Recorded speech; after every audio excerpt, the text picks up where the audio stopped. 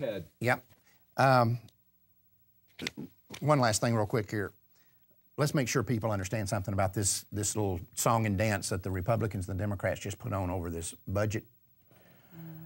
First off, no money was saved. Look at what happened. They say that we saved, $38 billion. Nothing was saved. And it was a shell game. It was a con from the beginning. And if you look at it, we made this analogy last night with you, Johnny. It's like you're saying, my family's planning on buying a new Mercedes-Benz that cost $80,000. Then all of a sudden you say, well, wait a minute, we can't really afford it. Okay, we're not going to buy that Mercedes-Benz. We just saved $80,000. You didn't save anything. It was money you wanted. And if you look at what happened in this budget thing, that's exactly how this has, and now what they're saying basically is no money was being saved. These people are crooks. But the biggest crooks were the Republicans who said that they were going to hold up, they would shut down the government before they would fund Planned Parenthood. They were lying through their teeth. You know, Mark, we were up there. Wait a minute. When push came to shove, it was a bargaining chip. They didn't even blink. They rolled over before it even came time to blink. Right. This was a scam they perpetrated on the pro-life movement to keep us happy. Well, and I am honestly convinced they never once intended to take funding away from Planned Parenthood. Never intended that. I think, Mark, the new people that did. You know, we were there and I got to meet Jim Jordan, Michelle Bachmann. That's a serious group of folks. Yes. They were dead serious. Boehner, not so serious. Even though we met with Boehner's staff at one point. Boehner's then was still doing that same old political maneuver. In fact, he was in such a strong position, shut down the government. They could have left the military part out of it, but they could have left Planned Parenthood. Look, we're going to put this budget in. It's going to shut down. But all you got to do, Democrats, is make sure you pass this bill so it doesn't shut down. But we're also going to defund Planned Parenthood. I guarantee you, the Democrats would have showed their true colors. They would have voted to shut that government down as long as Planned Parenthood got paid, because they would never, ever vote against Planned Parenthood not getting some money. That was Boehner's strongest position. You had Jim Jordan, Michelle Bachmann, you even had Alan West up there. You had some guys who were standing real strong, but they were the freshmen. They were the new folks. Right. You know, the old guard Republicans. The old guard Republicans. Yeah, they had this. River. Oh my goodness! I remember when Jim Jordan came in and he said something to us. He came in. It was like he was at war with his own party. Yes, yes. He came in. I remember him saying to a group of us, the ministers and all that was around. He said, "You know, there's times you come in from a battle." He said, and you either come in holding your shield or you come in on your shield. He said, I hate to say it, guys, I'm coming to y'all on my shield today. Yep. Because he could see that the very Republican Party, who's supposed to be so pro-life, really weren't serious. They did not have the guts to stand for a fight. Right. I was on a talk show the day after that happened, and somebody called in and said, oh, but the Republicans got something out of the deal. They got it. It's going to be voted on next week as a standalone bill. I said, wait a minute. The Republicans knew good and well that it couldn't pass on its own as a standalone bill. Plus, they knew that even if it did pass, it couldn't stand up to a veto from Obama. This was a sellout. Don't be fooled by this. You're being tricked by these people. They have lied to us for 40 years. They continue to lie to us. And this thing was a classic example of how the Republican Party uses the abortion issue. They use it as a bargaining chip. That's what it is. That's all it means to them. But I'm glad that you mentioned, Johnny, that there are some good people. I mean, Michelle Bachmann, Alan West didn't vote for it, Tim Huelskamp didn't vote for it, Representative King out of Iowa didn't vote for it. I look at the roll call vote, and there's some good, strong, up-and-coming people, and if they can hold their leadership to the fire, we're planning for a fight. I think it's going to get even more ugly here in the coming days. Well, I think the important thing here to understand, I think a lot of people are misunderstanding what's going on in this country, and they're saying it as a contest between Republicans and Democrats. It's not.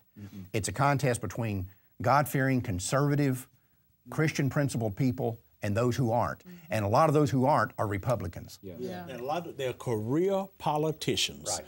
You know, there was a time the nation did have patriots. Right. Few.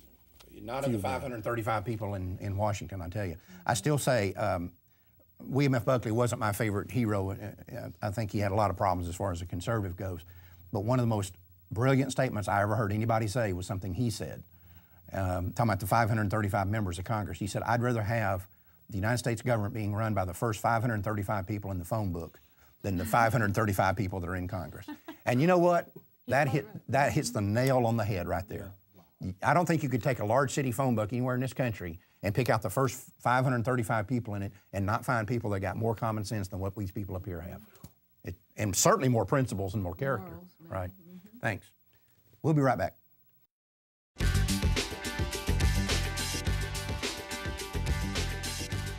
I recently heard a guest on a political talk show trying to defend taxpayer funding for Planned Parenthood by saying that we should worry less about abortion and concentrate on helping people who are, quote, already here. It's an argument that we've all heard regurgitated a million times, but of course it's complete nonsense. The biological fact is that the unborn are already here. If that's not the case, I guess that when we see an unborn child on a sonogram screen, it's just a hallucination. Or maybe we're supposed to believe that the womb is some sort of alternative reality parallel universe that we can all look inside of and see these mysterious human-like creatures moving around, but they aren't really there. You know, when you hear these kinds of loopy arguments, you really have to wonder how many different kinds of psychotropic drugs these people are taking. Now, during this broadcast, this same guy became outraged when a caller to the show referred to him as pro-abortion. He instantly shot back that he was not pro-abortion, but pro-choice, and that the two are not the same. And once again, this is an argument we hear daily. The interesting thing is that when people advocate other causes, you don't hear them desperately trying to distance themselves from the activity involved. People who support capital punishment don't mind being called pro-death penalty. People who work for the protection of animals don't mind being called pro-animal. Those who support the Second Amendment don't mind being called pro-gun, and the list goes on and on. The only exception to this is people who support abortion. On one hand, they will viciously defend its legality, while on the other hand, doing everything humanly possible to deny any association with it. That's because even they realize that abortion is indefensible. But beyond that, here's the issue I want to raise. Today, about 3,500 American babies are going to have their legs torn off, their arms ripped out of their sockets, their chests crushed, and their skulls split open. And when the day is over, most of their corpses will either be ground up in a garbage disposal and flushed down the sewer system or tossed in a dumpster to be eaten by rats. Then tomorrow, another 3,500 victims will be teed up, and the day after that, another 3,500, and the day after that, another 3,500, and so on. And what I want to know is this. For those defenseless babies, what is the functional difference between pro-abortion and pro-choice? Welcome back. All right, we got two really cool guests for this particular segment. First off, I want to remind everybody, we talked about the Solutions DVD last month, which we sent to every CPC in the country. We've now found out that we did miss a few. The mailing list that we had wasn't perfect, and so we have sent out some more. But again, I want to remind the audience, if you check with your local CPC, ask them if they got the Solutions DVD. If they got it, tell them to watch it, because a lot of them haven't. If they say they didn't receive one, then let us know, and we'll make sure they get one. But anyway, everybody out there in the audience, you need to be checking with your CPCs and make sure they got this, because babies are being saved by this already. And it's something they really need to watch. So, with that out of the way, we've got our first guest today is an old friend of ours from right here in Texas. He's president of the Justice Foundation down in San Antonio. His name's Alan Parker. Hello, Alan. Good morning, Mark. Good to be with you. Nice to have you with us, sir. You and I kind of were thinking along the same lines here not too long ago about this issue of women being forced to have abortions against their will. And you guys started an effort on it, and we started an effort on it, and now we've kind of joined up and running on parallel tracks, and now we're kind of getting onto the same track. Tell us what you guys are doing down there at the Justice Foundation about this issue. All right. It is great to be working with you because our cooperative efforts are much stronger than when we are alone. Absolutely. And I do recommend that Solutions package to all of your listeners and the crisis pregnancy centers. It's got a great thing in it that we use, and then we have the complimentary letter that I'm going to talk about today. What we've created to go along with what you've done already is a Dear Parent letter. There are many, many forced abortions going on in America, and the most common one is a parent forcing their daughter who's under the age of 18 to have an abortion. Not because the daughter wants it. In fact, this is the situation where the daughter says, no, I don't want an abortion, but the parent, for their own reasons, want to have an abortion.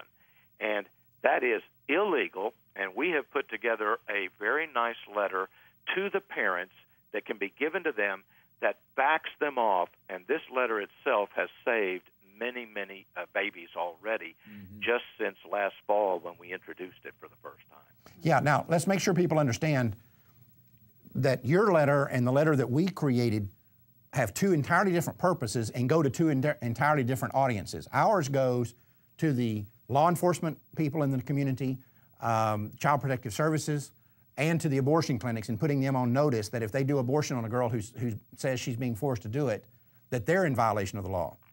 Yours goes to the forcer, basically, to the person who's trying to force the girl to do the abortion. That's correct, and we call ours kind of the Dear Parent letter. The other one is a letter to the abortionist. You call it the force form on your form, right. And those are two different letters. And this one tells the parents that while if you're getting this letter, then you know by now that your daughter is pregnant, and she's pregnant with your grandchild. And we try to use those words so that the parent's initial reaction is just to think about their child. And often they do want what's best for their child, and they're angry that they're married and out of wedlock, usually. That's the problem. And we tell the girls, they have the right to be mad at you. What you've done is wrong. You need to ask for forgiveness. But they don't have the right to force you to have an abortion.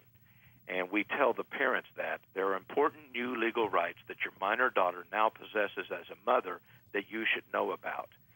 And you or any other person, so this letter actually applies to grandparents or aunts and uncles or anybody in the family or even a boyfriend or who's trying to pressure her to have the abortion. Or the boyfriend's parents, right, Alan? Oftentimes they're a major stumbling block. You are absolutely right. We have talked to so many women who never tell their parents, but of course they tell the boy, and so the boy tells his parents, and suddenly they don't want their son's life ruined, quote, quote, boy off the hook. And they put the pressure on her to take care of the problem for everybody.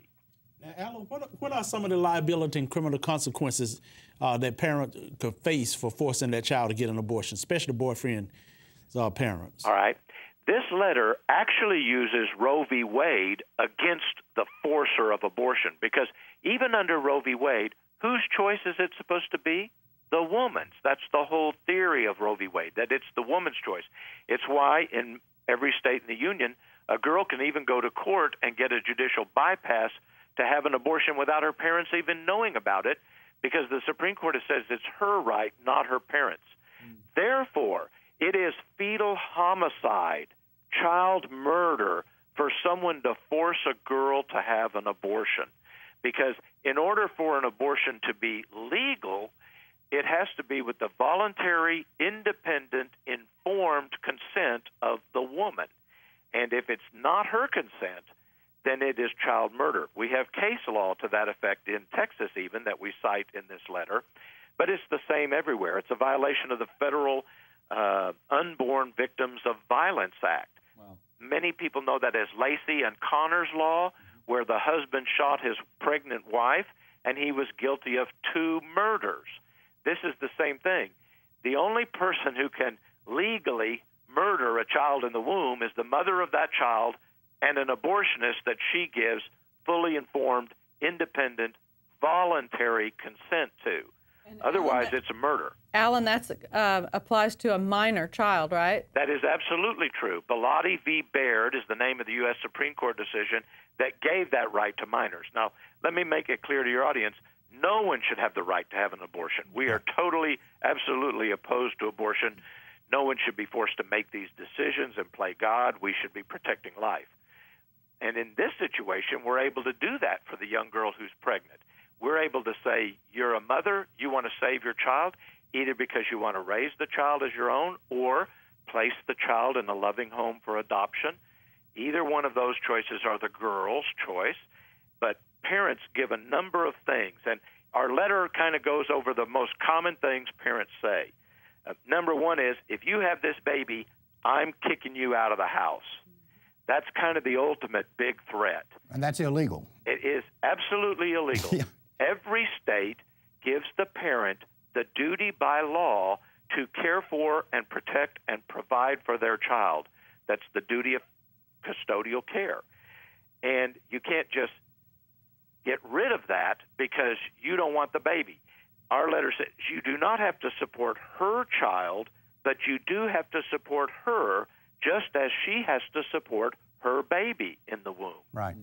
And so you cannot, now, a parent could put a child in a maternity home or send her to stay with relatives or place her somewhere where she's cared for, but they cannot just kick her out on the streets. That's abandonment. Well, listen, Alan, now you have this form available on your website, I know, and you put our form up there too. Yes. And now we've got a website called forceform.info, and that's talked about in the Solutions DVD.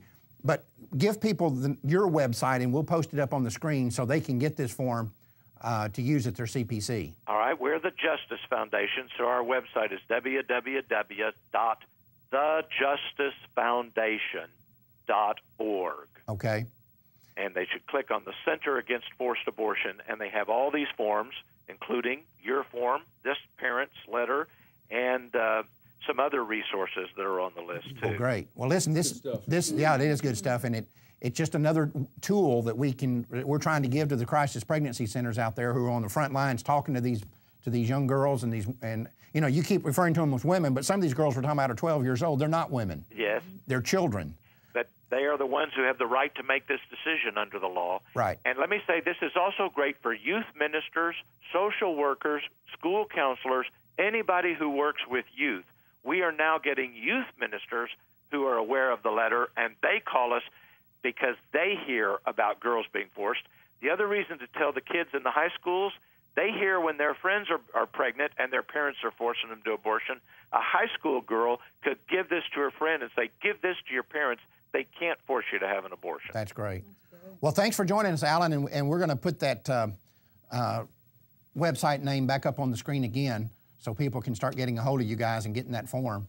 And they can just download it. They don't even really need to talk to you. All they have to do is just go to your website and download it just like they can our form. That's right. It's very self-explanatory and just distributed as widely as possible. And we already know of many, many lives that have been saved and women. And many, many more that will be. Yes. Well, thanks for joining us, Alan. All right. Thank you, Mark. Good to work with you. Bye-bye. I love the fact that he's using Roe versus Wade against itself to save babies. That's amazing. You know, that's being wise as a serpent. Yeah. Yes, right. You know. Literally. Well, speaking of wise, we got another wise guest coming up here. Mark Harrington has been with the Center for Bioethical Reform for years. A lot of people out there in the field know him. Oh yeah. And he has now left there, and I don't think it was it was an amicable leaving. I mean, it's not like they were mad at each other or anything. But he started a new organization called Created Equal, and he's joining us from Columbus, Ohio. Hello, Mark. Hi. How are you doing, sir? Doing great, thanks. Thank you for being with us today. Sure. Tell us about Created Equal.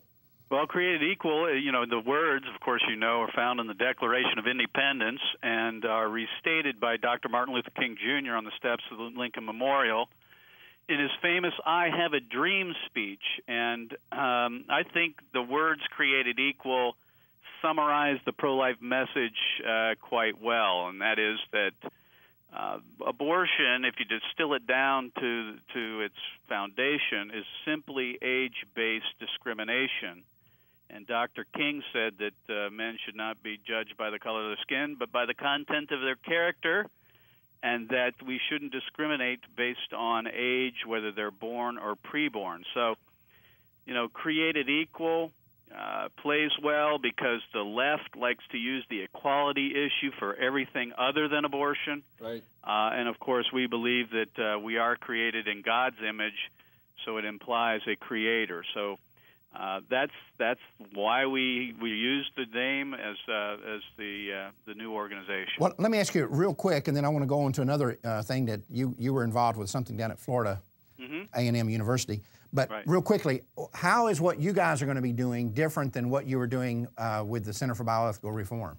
Well, it's simply taking the tools, you know, the proven tools, the methods of historical social reform, which in this case CBR pioneered using abortion imagery primarily, and specializing in them. In other words, taking what we've done on university campuses and actually making them work to the degree that they need to be. Yeah, let's make sure people understand what you guys were doing at CBR was going on to college campuses, setting up these large displays, making the analogy between abortion and slavery and abortion and the civil rights movement and abortion and other Holocaust on college campuses and having people there to engage the students in conversation. That's exactly right. And, of course, CBR has a broader focus. I mean, the billboard trucks, airplane tow banners, other things like that. And I just felt like in order to specialize in this area, which is campus outreach, campus training to youth and high school students, I needed to start another organization to do that. Right. And the key is transferability. Taking projects like the Genocide Awareness Project and make it so these students can do it long after we leave. It's one thing to have a huge presentation of abortion imagery. That's great. But if you can't transfer this to the next generation, then I think we're not getting it done. And that's where I felt I needed to branch out on my own and begin with Created Equal. Have you had much opposition at the campuses?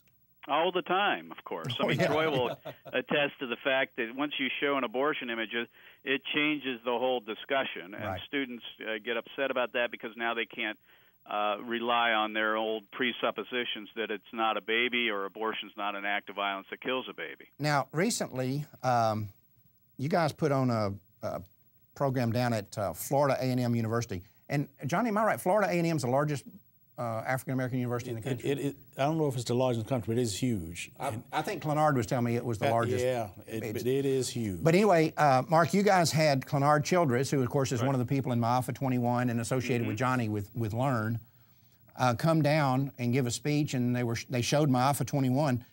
And from what I can understand, and some of the videos that I've seen on YouTube, the response down there was amazing. Yes, it's awesome. It's one of the things that we've been planning to do, and was one of my final acts at CBR, and that was to get L.E.A.R.N. and Pastor Childress onto the campus there at FAMU in Tallahassee. I mean, this whole historically black colleges are wide open, Mark, to this message, to the idea of black genocide, and the reception we had there was amazing.